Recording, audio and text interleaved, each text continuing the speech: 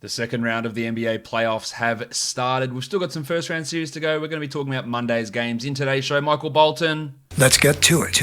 Let's get to it indeed.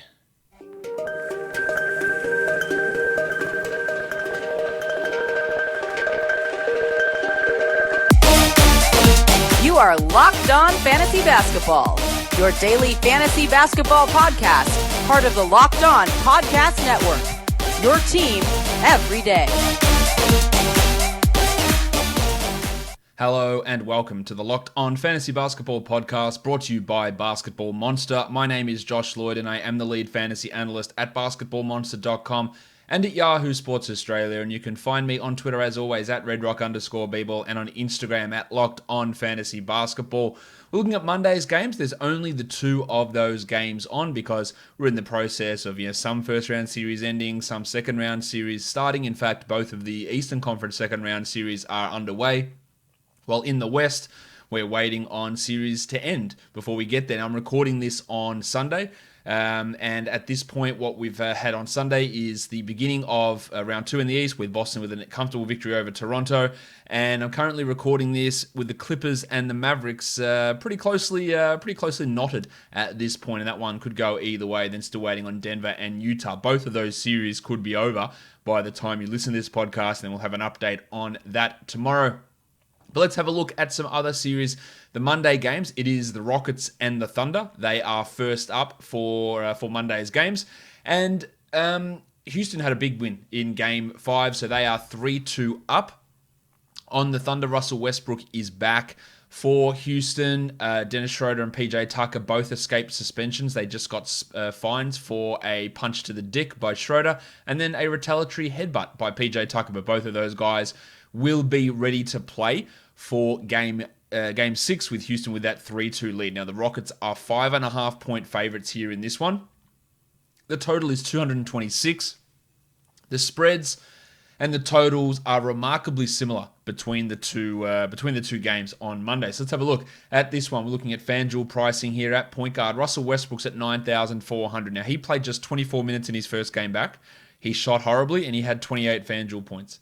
I don't think that he's going to be playing his 37 minutes in this game. I think he'll still be somewhat limited. He was more limited in Game 5 just because it was a blowout. He would have played about 30.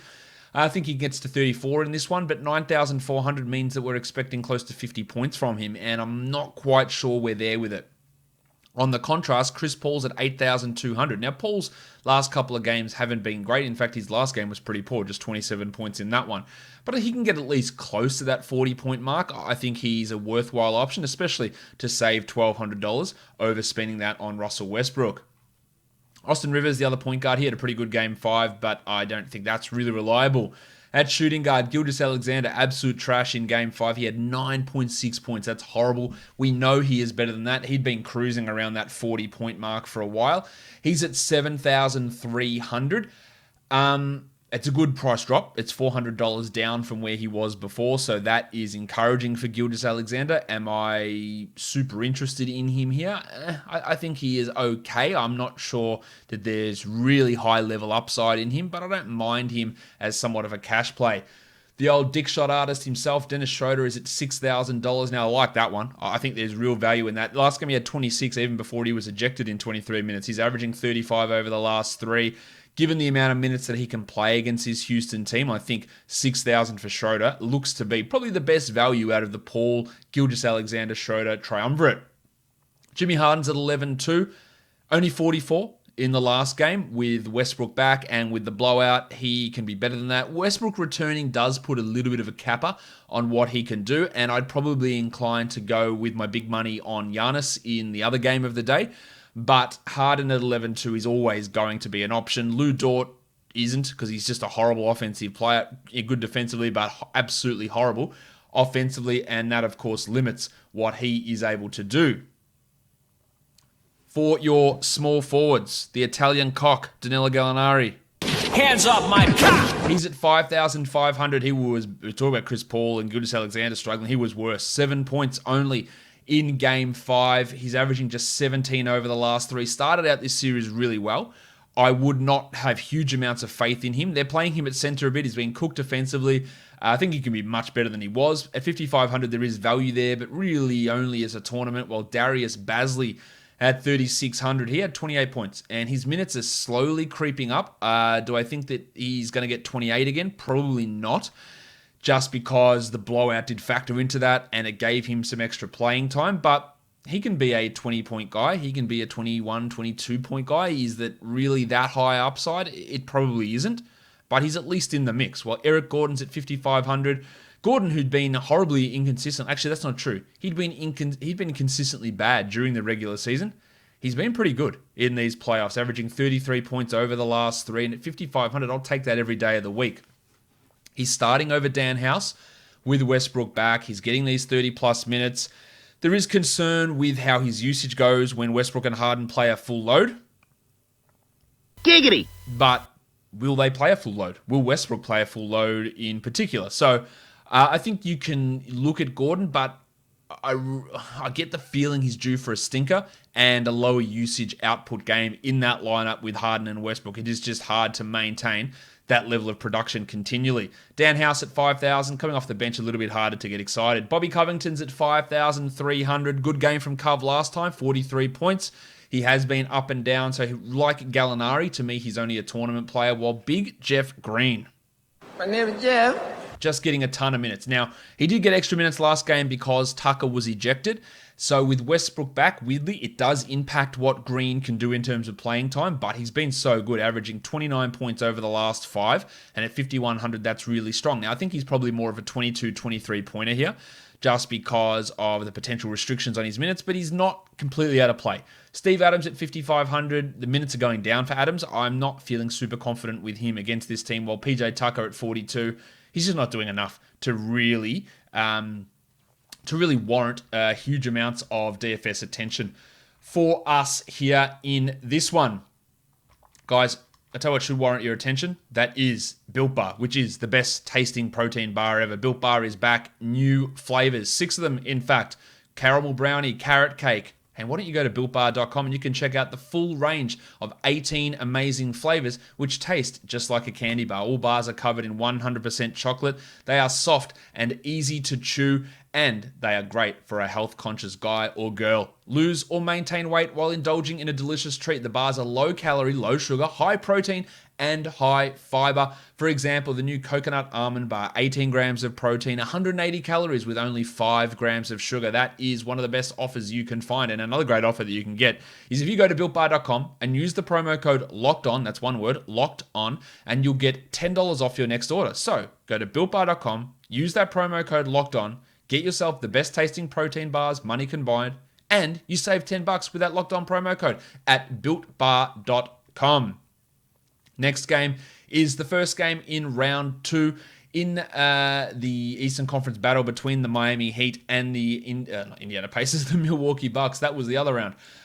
So this is the game 1 here, the second semifinal in the Eastern Conference. We already had that Boston-Toronto series kick off.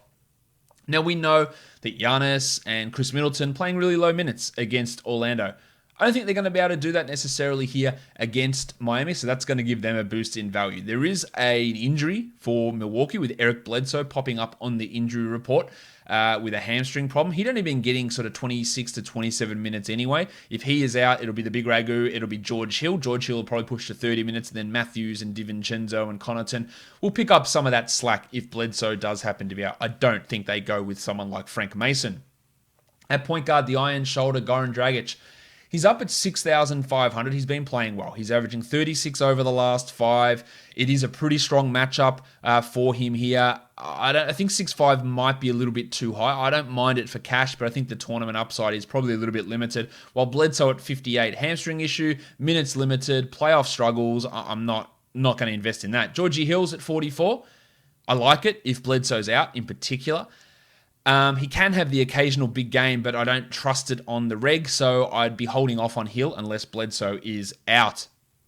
Shooting guards, it's Middleton, 6,800. That is a super tasty price. He had 45 in Game 5 against the Magic. I think he gets to 35 really comfortably. I think he pushes 40 in this one. I really like him quite a bit here. With the extra minutes that probably come his way. While Jim Butler at 8,500. Because he's my butler. Butler, shoulder problem last game, only 23 minutes. It was a game against the Pacers that they won. He is fine. He's ready to go. I am not sure I want to put that level of faith in Butler at 8,500 just at this stage. Tyler Hero getting a lot of minutes, 30 points a game. He's at 5,200. That's good. He's getting 30 a game. Now, will the Bucks play him off the floor or limit what he can do? I think there is a concern about that, but I still think Hero is in the mix. Iguodala, no thanks. Jay Crowder at 47. Sorry, not Jay Crowder. Duncan Robinson at 47. Got my players mixed up. Robinson's minutes are dropping. He's gone from 30 down to like 24. The Bucks can be susceptible to really good three-point shooting, so don't be surprised if we see a 33-minute, 10 three-pointer game from the dunk. So just watch that, but it'd only be a GPP type guy. Connaughton, Wes Matthews, Ragu, Korver, probably not. Small forward is Yanni. He's at 11,500. As I said earlier, if I'm spending 11, I'm probably taking Yanni over Harden because I think instead of 31 minutes, he'll play 36, 37 minutes to beat this Heat team. And that means, 60 or 70 is probably coming from Antetokounmpo. He had 53 in 28 minutes against the Magic. He's averaging huge numbers in a per minute basis. Over his last three, he's at almost two fantasy points per minute, which is a stupid amount.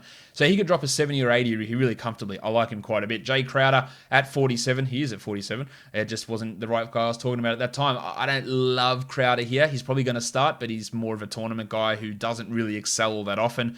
And then you got at power forward, Bam Adebayo. Bam, bam, bam, bam. 8,000 for Bam. Wasn't really in that mode for most of the Pacers series. The Brook Lopez matchup, I'm not sure. He averaged 37 in the last three battles against the Bucks. I think 8,000 is a little bit too steep for Adebayo here. Marvin Williams at 3,800. He's getting some minutes. He had some good ones against the Magic. I don't really think that's all that interesting.